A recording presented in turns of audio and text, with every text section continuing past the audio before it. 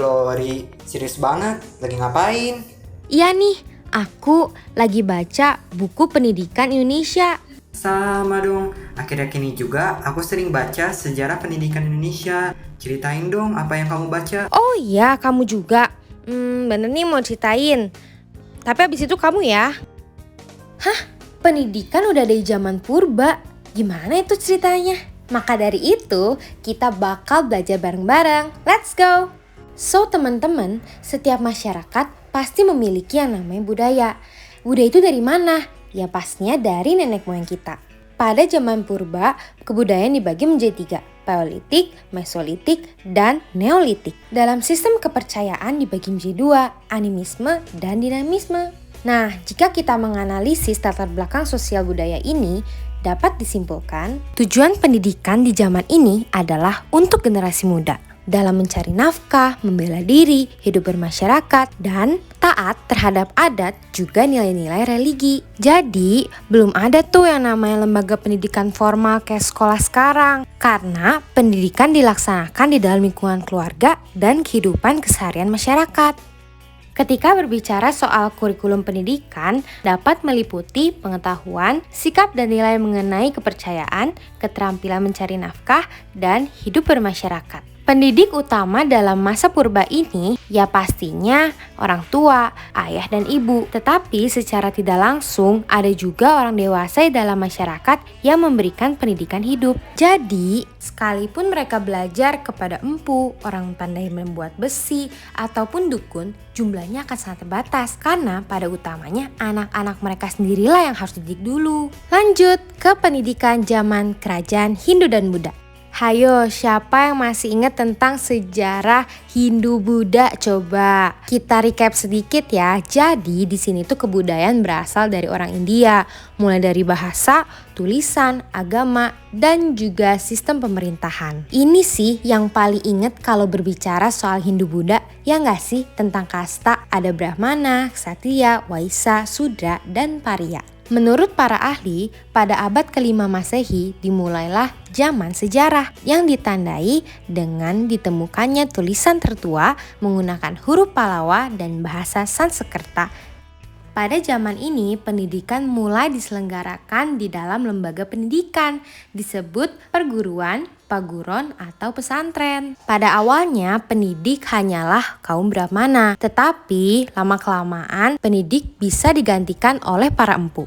Karena pada dasarnya pada zaman ini kental sekali yang namanya stratifikasi sosial, maka terdapat pula tingkatan guru. Pada tingkatan pertama, kita bisa lihat guru keraton yang muridnya hanya para anak raja dan bangsawan. Pada tingkatan kedua, ada guru pertapa di mana muridnya kalangan rakyat jelata, tetapi selektif loh.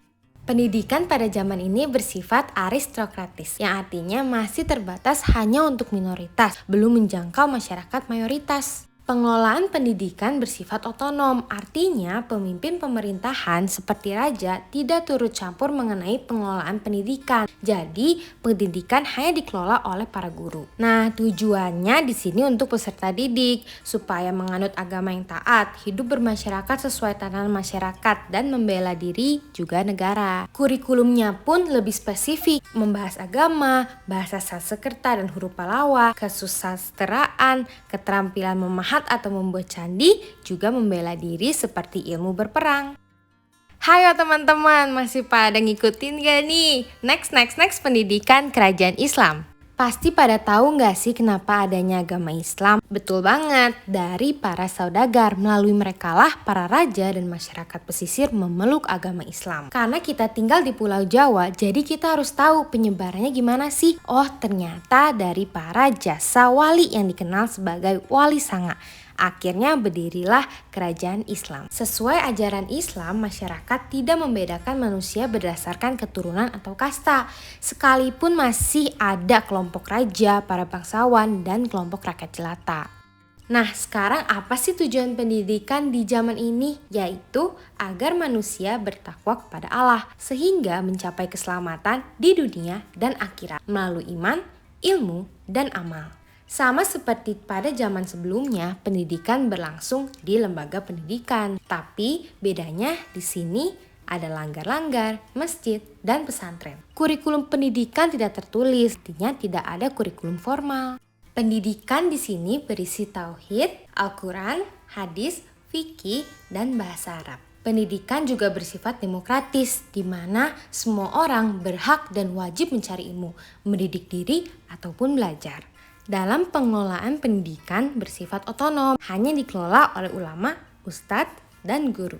Nah, di sini pun terdapat banyak metode pendidikan, di mana yang paling sering adalah ceramah, menyampaikan materi kepada orang banyak biasanya dilakukan di masjid, atau mengaji Al-Quran dan sorongan, di mana caranya lebih individual, walaupun bersama-sama dalam satu ruangan, tetapi diajarkan oleh ustadz secara individu. Dan yang terakhir, yaitu di langgar dan di pesantren.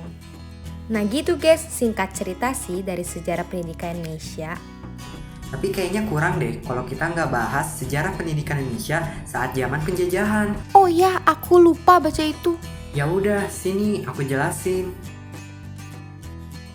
Pada abad ke-18, Indonesia mengalami perkembangan dari aspek ekonomi, yaitu perdagangan. Saat itu, datanglah bangsa Portugis disusul dengan bangsa Spanyol yang bertujuan untuk berdagang dan menyebarkan agama Nasrani. Portugis datang ke Indonesia dengan salah satu misionarisnya yang bernama Franciscus Saverius. Dalam menyebarkan agama Nasrani, Franciscus Saverius mendirikan sekolah-sekolah atau seminari.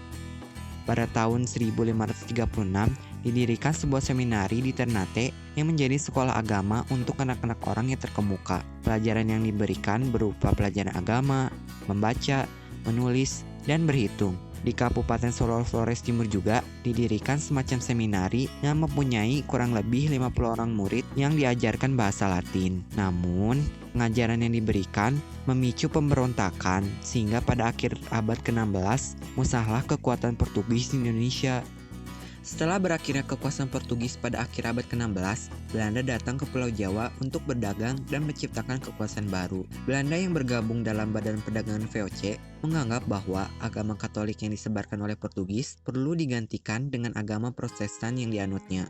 Dengan itulah sekolah-sekolah keagamaan didirikan, terutama di daerah yang dulunya telah terpengaruh agama Nasrani oleh Portugis. Sekolah pertama di Ambon didirikan oleh VOC pada tahun 1607. Pembelajaran yang diberikan yaitu membaca, menulis, dan sembahyang. Guru pendidik pun berasal dari Belanda. Salah satu alasan tidak adanya persekolahan dan gereja di Pulau Jawa karena Pulau Jawa tidak terkena pengaruh Portugis. Pada tahun 1617, sekolah pertama didirikan di Jakarta. 5 tahun kemudian, pada tahun 1622, sekolah itu mempunyai murid 92 laki-laki dan 45 perempuan. Sekolah ini memiliki tujuan untuk menghasilkan tenaga kerja yang cakap sehingga dapat dipekerjakan di administrasi dan gereja pada pemerintahan. Bahasa Belanda menjadi bahasa pengantar hingga tahun 1786. Pendidikan kejuruan mulai muncul sejak abad ke-19 dan pada abad 20 muncul golongan baru yaitu golongan cerdik, pandai yang mendapat pendidikan barat. Namun, golongan ini tidak mendapat tempat dan perlakuan wajar dalam masyarakat kolonial. Lalu, datanglah negara Jepang yang mengakhiri masa kekuasaan Belanda di Indonesia. Sejak pendudukan Jepang, beberapa kebijakan yang sebelumnya berlaku diubah. Pertama, bahasa Indonesia dijadikan bahasa resmi pengantar pendidikan, menggantikan bahasa Belanda. Kedua, sistem pendidikan diintegrasikan.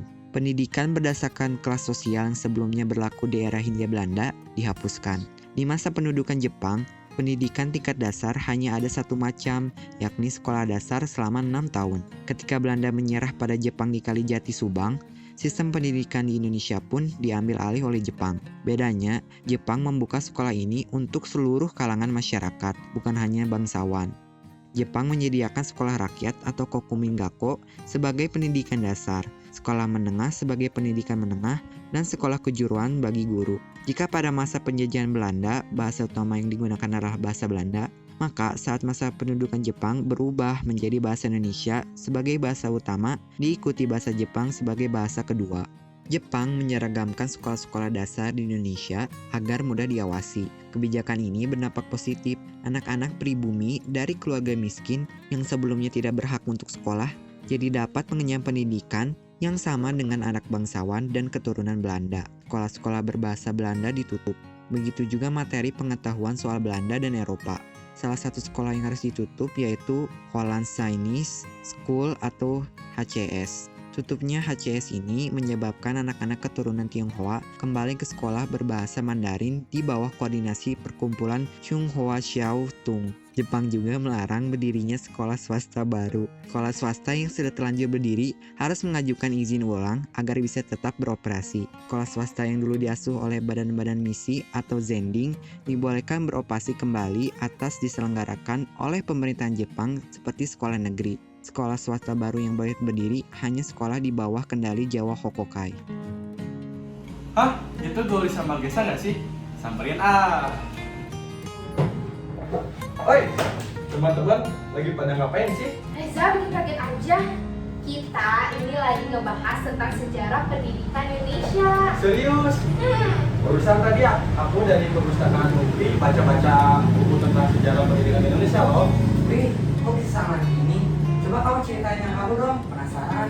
Boleh dong, jadi Pendidikan zaman pergerakan perintis kemerdekaan, sosok pergerakan kemerdekaan Indonesia. Ada karakteristik pergerakan kemerdekaan Indonesia, yaitu semua aksi rakyat Indonesia yang dilakukan dengan organisasi secara modern yang bertujuan ke arah perbaikan hidup bangsa Indonesia yang tidak puas terhadap keadaan masyarakat zaman penjajahan Belanda.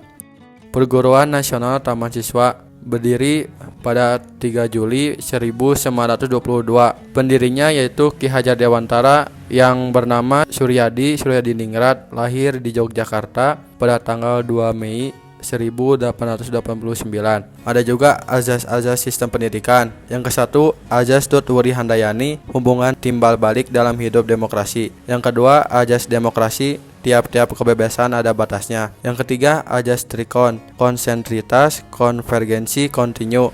Yang terakhir yaitu teori pendidikan. Yang ke-1, fungsi taman siswa. Yang kedua, tujuan pendidikan. Yang ketiga, struktur organisasi persekolahan. Yang keempat, isi pendidikan. Yang kelima, metode pendidikan. Yang terakhir, peranan guru dan murid.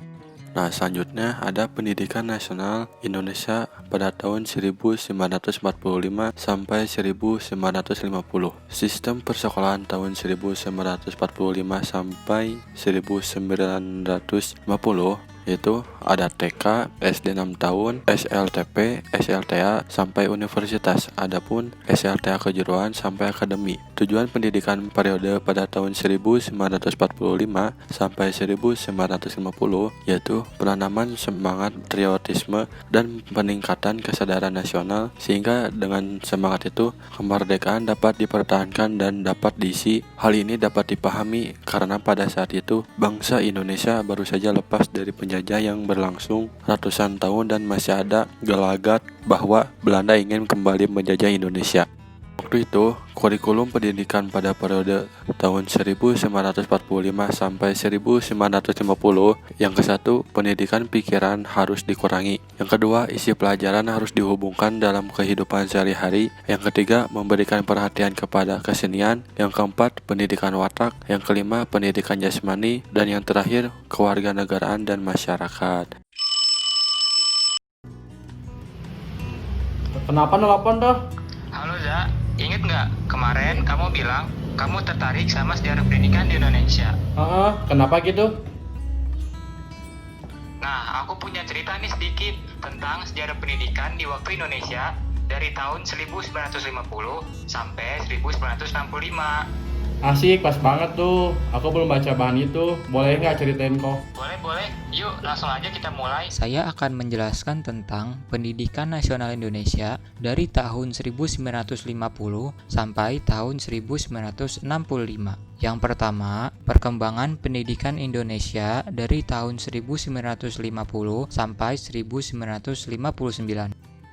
Pada saat demokrasi liberal di awal tahun 1950, pendidikan diatur dalam Undang-Undang Sementara atau UUDS tahun 1950. Pada masa ini, lahir Undang-Undang Nomor 4 tahun 1950 tentang dasar-dasar pendidikan dan pengajaran di sekolah yang diberlakukan untuk seluruh Indonesia. Karena terjadi ketegangan yang berkisar pada masalah pendidikan agama, khususnya agama Islam, maka setelah 4 tahun baru diundangkan menjadi Undang-Undang Nomor 12 Tahun 1954. Undang-Undang Nomor 12 Tahun 1954 ini berlaku hingga tahun 1959.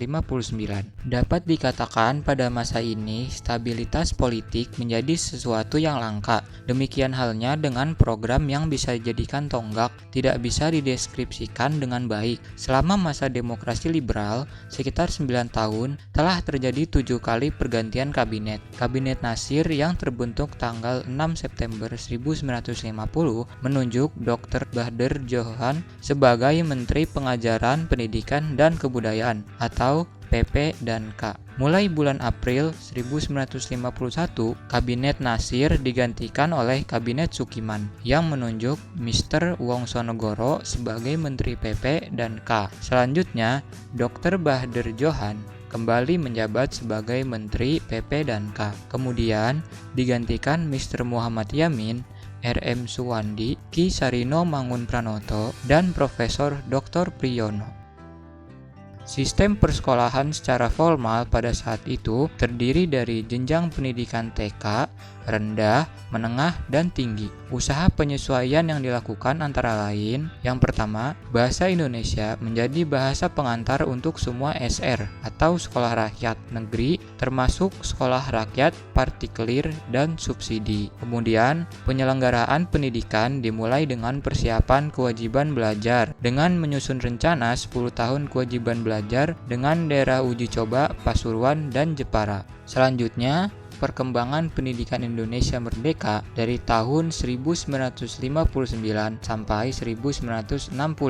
Setelah dekret Presiden 5 Juli 1959 dianggap perlu pengukuhan sistem pendidikan nasional, maka muncullah Pancawardhana yang menekankan pada nation and character building atau pembangunan bangsa dan wataknya. Pada saat itu, Undang-Undang Dasar 1945 kembali berlaku. Adapun isi Pancawardhana sebagai berikut: perkembangan cinta bangsa dan tanah air, moral, nasional atau internasional atau keagamaan. Yang kedua ada perkembangan inteligensia, kemudian ada perkembangan emosional, artistik atau rasa keharuan, dan keindahan lahir batin. Yang keempat, perkembangan kerajinan tangan, dan yang terakhir perkembangan jasmani.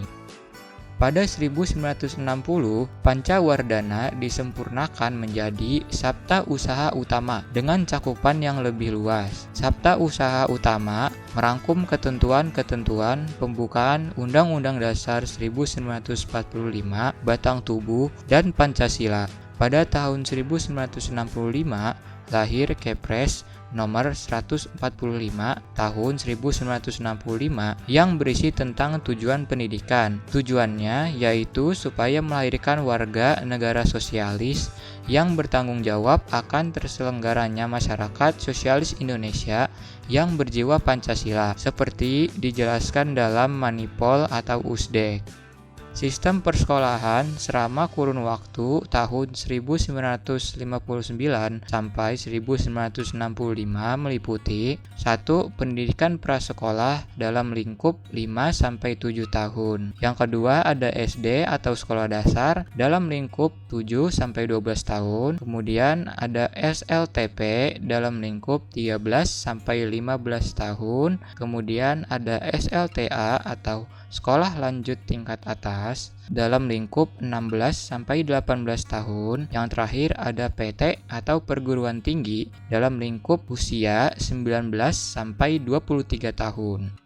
Kurikulum pendidikan selama kurun waktu 1959 sampai 1965 yaitu: yang pertama, sekolah rakyat diubah menjadi SD. Yang kedua, kurikulum sekolah dasar 1964 terdiri dari 5 kelompok bidang studi atau wardana. Selanjutnya, kurikulum SMP tahun 1962 atau kurikulum SMP gaya baru yaitu penghapusan jurusan, penambahan jam krida, dan pelaksanaan BP. Yang terakhir, kurikulum SMA selama demokrasi terpimpin pada tahun 1961 dan tahun 1964.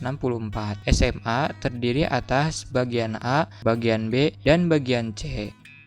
Mantap boy, makasih kok. Oke, dah, sama-sama. Dadah. Sekian presentasi dari kelompok kami, terima kasih. Kalau kamu suka video ini, komen di bawah.